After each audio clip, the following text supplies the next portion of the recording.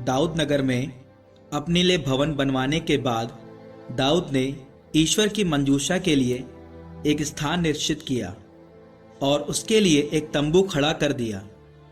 दाऊद ने आज्ञा दी कि ईश्वर की मंजूषा केवल लेवी वंशी ढोएं, क्योंकि प्रभु ने उन्हें प्रभु की मंजूषा ढोने और सदा उसकी सेवा करते रहने के लिए नियुक्त किया था। ईश्वर की मंजूषा को उस स्थान पर ले आने के लिए जिसे उसने उसके लिए तैयार करवाया था, दाऊद ने सभी इस्राएलियों को एकत्र किया। दाऊद ने हारून तथा लेवी के पुत्रों को बुला भेजा। कहात के वंशजों में मुखिया ऊरीएल और उसके 120 संबंधी, मरारी के वंशजों में मुखिया असाया और उसके 220 संबंधी, गेरशोम के वंशजों में मुखिया योएल और उसके 130 संबंधी, एलीसाफान के वंशजों में मुखिया शमाया और उसके 200 संबंधी, हेब्रोन के वंशजों में मुखिया एलीएल और उसके 80 संबंधी, उज्जीएल के वंशजों में मुखिया अमीनादाब और उसके 112 संबंधी। दाऊद ने याजक सादोक और एब्यातर तथा लेवी वंशी ऊरीएल, असाया, योएल, शमाया, एलीएल और अमीनादाब को बुलाकर उनसे कहा, तुम लेवी वंशी घरानों के मुखिया हो। तुम और तुम्हारे भाई बंधु अपने आप को पवित्र करो और इज़राइल के ईश्वर प्रभु की मंजूषा उस स्थान ले जाओ जिसे मैंने उसके लिए तैयार करवाया है।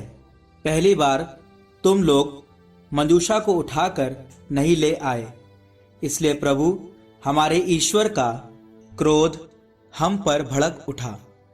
हमने नियम के अनुसार उससे नहीं पूछा था, इसलिए प्रभु इज़राइल के ईश्वर की मंजूषा ऊपर ले जाने के लिए याजकों और लेवियों ने अपने को पवित्र किया। मूसा ने प्रभु के आदेशानुसार जैसा कहा था, लेवी वैसे ही डंडों के सहारे ईश्वर की मंजूषा अपने कंधों पर उठाकर ले गए।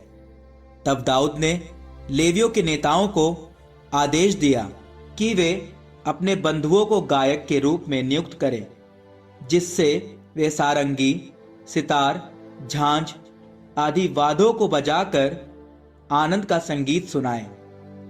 तब लेवियों ने योएल के पुत्र हेमान को और उसके भाई बंधुओं में बेरेक्या के पुत्र आसाफ को और मरारियों में कुशाया के पुत्र एतान को नियुक्त किया।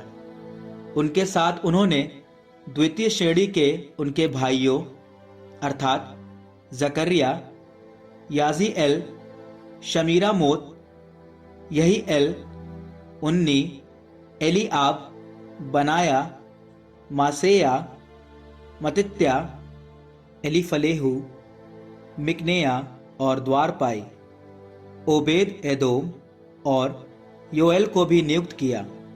उन्होंने गायकों में हेमान, आसाफ और एतान को नियुक्त किया, जिससे वे कांसे की झांझें बजाएं।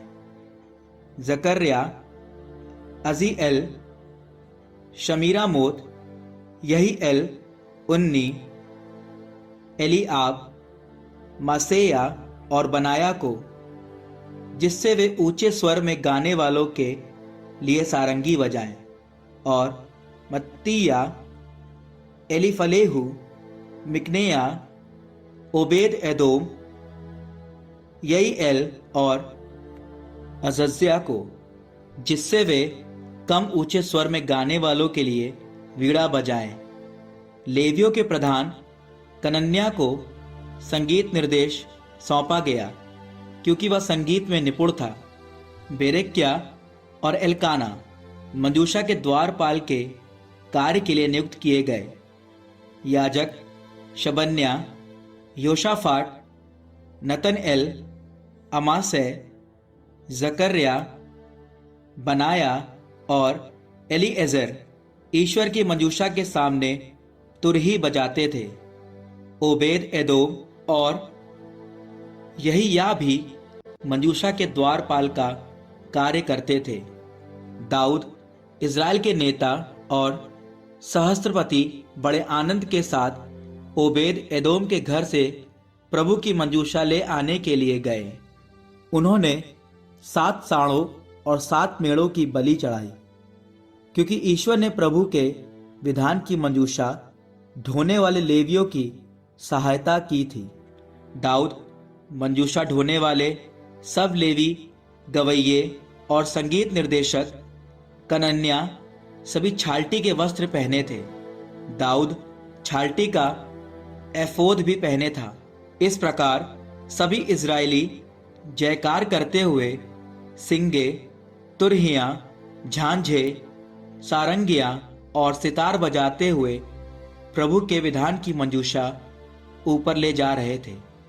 जब प्रभु की मंजूषा दाऊद नगर में प्रवेश कर रही थी, तो साउल की पुत्री मीकल ने खिड़की से राजा दाऊद को नाचते कूदते देखकर मन ही मन दाऊद का तिरस्कार किया।